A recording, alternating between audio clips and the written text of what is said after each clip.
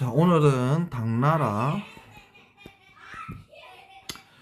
경제, 제도, 문화 이런 사회 전반적인 내용들을 조금 마무리 지을까 합니다. 당나라는 기본적으로 이제 율령 체제를 완성했습니다. 율령 체제를 완성했고, 율령 체제를 이제 완성되는 과정을 보면요, 율령이잖아요.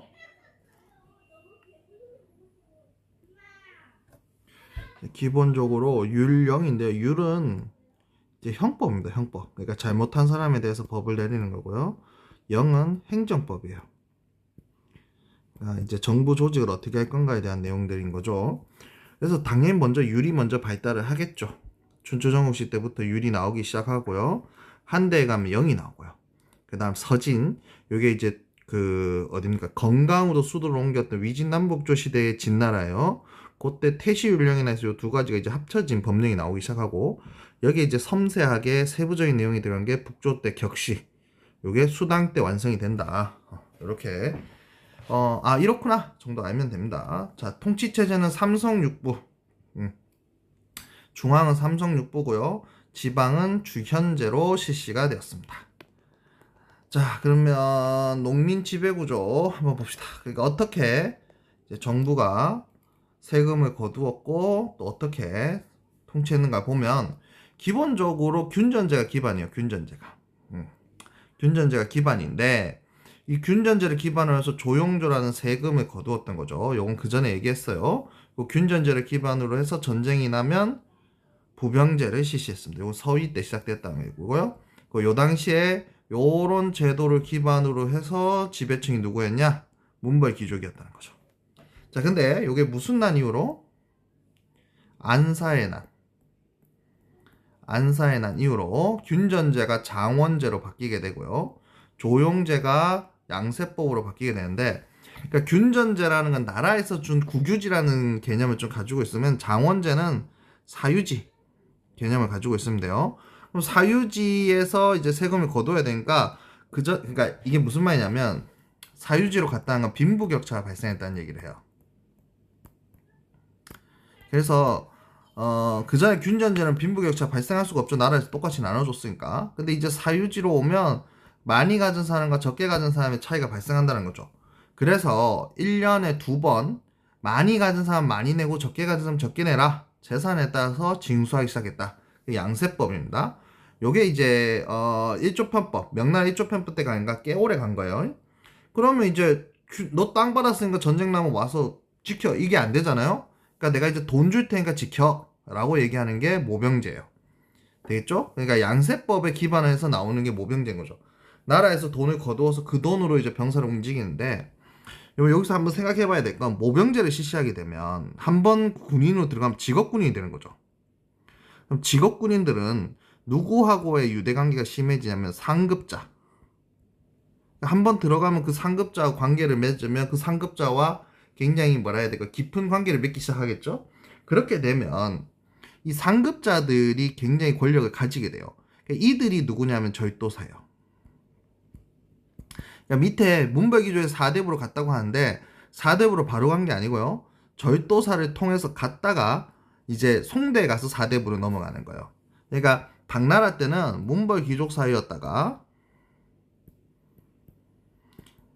이 양세법 실시 이후에 모병제를 실시하면서 절도사들이 나왔고, 이 절도사 중심으로 후반기가 흘러가다가 이 절도사한테 나라를 뺏긴다, 이렇게 생각해야 돼요. 그래서 이 부분은 조금 특히 이해가 될 때까지 조금 섬세하게 좀 볼 필요가 있습니다. 자, 대외관계는 도호부를 설치해서 간접적으로 지배하는 형태의 기미정책이었는데, 요것도 나중에는 누구한테 넘겨주냐? 절도사한테 넘겨줘서 절도사가 가서 직접적으로 통치하거나 직접적으로 영향을 미치게 되는 형태로 가게 됩니다. 자, 그 다음 수당의 경제입니다. 수당의 경제는 과거제가 있긴 있었어요. 하지만 아직은 이부시 신원서판을 통해서 이제 주관적으로 문벌 귀족 자조들을 뽑았기 때문에, 이 문벌 귀족들이 과거와 음서를 통해서 관직을 독점하고 특권을 차지했어요. 그 다음 생산량은 증대됩니다. 하북지방은 2년 3작이 가능해졌고요. 차 같은 게 나오기 시작하는데, 2년 상작이 더 커지면 연작상경이 돼요. 연작상경. 매년 농사 지을 수 있다는 거예요. 매년, 연작, 매년 농사 지을 수 있다. 그 다음에 1년 이모작이 되는 거죠. 이런 식으로 발달하는데 일단 지금은 2년 3작으로 갔다. 그러니까 그전에는 휴경이 있다가 이제 휴경 없이 갈 수 있는 시대가 왔다. 이렇게 이해하면 되고요. 그 다음 상업 발달에 중요한 건 비전이죠. 비전. 종이화폐가 드디어 등장했다는 거예요. 그 다음에 상인조합이 행이 출현했다. 이후에 이제 송대, 명대 가면 요것이 조금씩 늘어요. 행, 작, 뭐 이런 것들이 나와요. 자, 그래서 밑에, 요렇게 이제 뭐라 해야 될까. 종이화폐들이 발달해 가는데 그 중에 시작이 이제 비전이다. 이렇게 정리하면 되고요. 국제무역으로는 서역 상인들이 사막길, 바닷길 통해서 당나라와 교역을 하게 됩니다. 그 다음에 시박사라는 게 있어요. 시박사. 이 시라는 게 말 그대로 동네예요. 동네. 동네. 이 동네를 관리하는 박사, 시박사예요. 그 다음에 수도 장안과 대도시 각국의 유학생들이 들어오는데 이 유학생들이 수기 학생이고요. 신라에서도 많이 갔겠죠? 신라의 대표적인 수기 학생이 최치원입니다. 최치원. 요런 여러 나라의 수기 학생들이 오고 상인들도 왕래하게 됩니다. 경제에서 굳이 좀 뽑아서 중요하다 싶다. 이거는 뭐 비전, 뭐 행, 요 정도 좀 체크해 주면 좋을 것 같아요. 자, 그 다음 9페이지 넘어와서 보면 문화입니다. 문화는 귀족적이면서도 개방적이고, 그러니까 당연히 국제적 성격을 가지고 있겠죠. 개방적이니까. 여러분, 중국이 잘 나갈 때는 폐쇄적이지 않습니다. 개방적입니다. 학문은요, 과거에 힘입어 유학이 발달하게 되는데, 자, 지금까지 유학은 무슨 학이라 했어요? 훈고학이라 했죠. 훈고학. 이 훈고학을 집대성한 게 공영달의 오경전입니다. 훈고학을 집대성한 게 공영달의 오경전이고, 이게 과거 수험서로 활용되게 됩니다. 자, 불교는 이제 여러 승려들이 본격적으로 인도에 가서 경전을 가지고 오고 그걸 이제 수입하고 번역하는 형태로 가게 돼요. 자, 대표적으로 선종이나 정토종 같은 이런 것도 유행했구나라는 거 알면 됩니다. 이때 인도에 간 대표적인 양반이 현장이라는 스님이세요. 이분이 가서 이제 인도에 가서 이제 경전을 가지고 오는 과정을 쓴 게 대당서역이고, 가지고 온 경전을 대안탑에다가, 탑이에요, 탑. 대안탑에다가 잘 모셔놓게 되죠. 이 헌장이 이제 그 인도에 가서 그 경전을 가지고 오는 과정을 소설화한 게 서유기입니다. 서유기. 네. 자, 그 다음에 도교는요, 황실의 보호를 받아서 융성하게 되고요. 서역 종교들이 이제 당나라 내에서도 유행을 하게 되는데, 대표적인 게 조라스트교. 조라스트교는 불을 숭배했잖아요. 그래서 배화교라 합니다. 이게 숭배할 때 배자예요. 그 다음에 네스트리오스의 경교, 마니교, 이슬람 등이 유행하면서 장안에 그런 사원들이 설립되기도 하고요.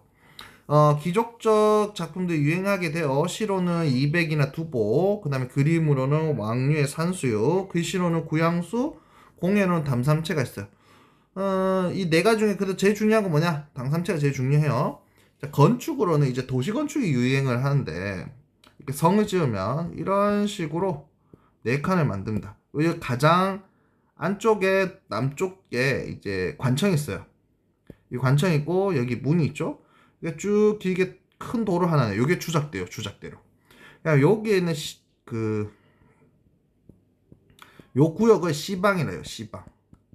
그래서 여기 12시가 되면 이 구역대에 넘어갈 수가 없거든요. 그래서 요거 C방제라고 합니다. 되겠죠? 자, 그 다음 동아시아 문화권의 형성과 발전을 가보면 동아시아의 공통 요소는 유교, 불교, 한자, 율령이 있어요. 유교는 당연히 한대 이후에 국가 통치 이념을 정착되면서 동아시아 각국으로 정치 이념을 하고 사회 규범을 작용하고, 당연히 요게 또 율령에도 영향을 미쳤기 때문에 율령이 퍼져나가면서 같이 퍼져나갔다 이렇게 생각하면 되고요. 불교는 이제 중국을 거쳐서 한국, 일본을 전래됐고 국가 종교로 발전하고 동아시아 문화권의 형성에 기여했는데, 불교는 사실은 뭐 학문,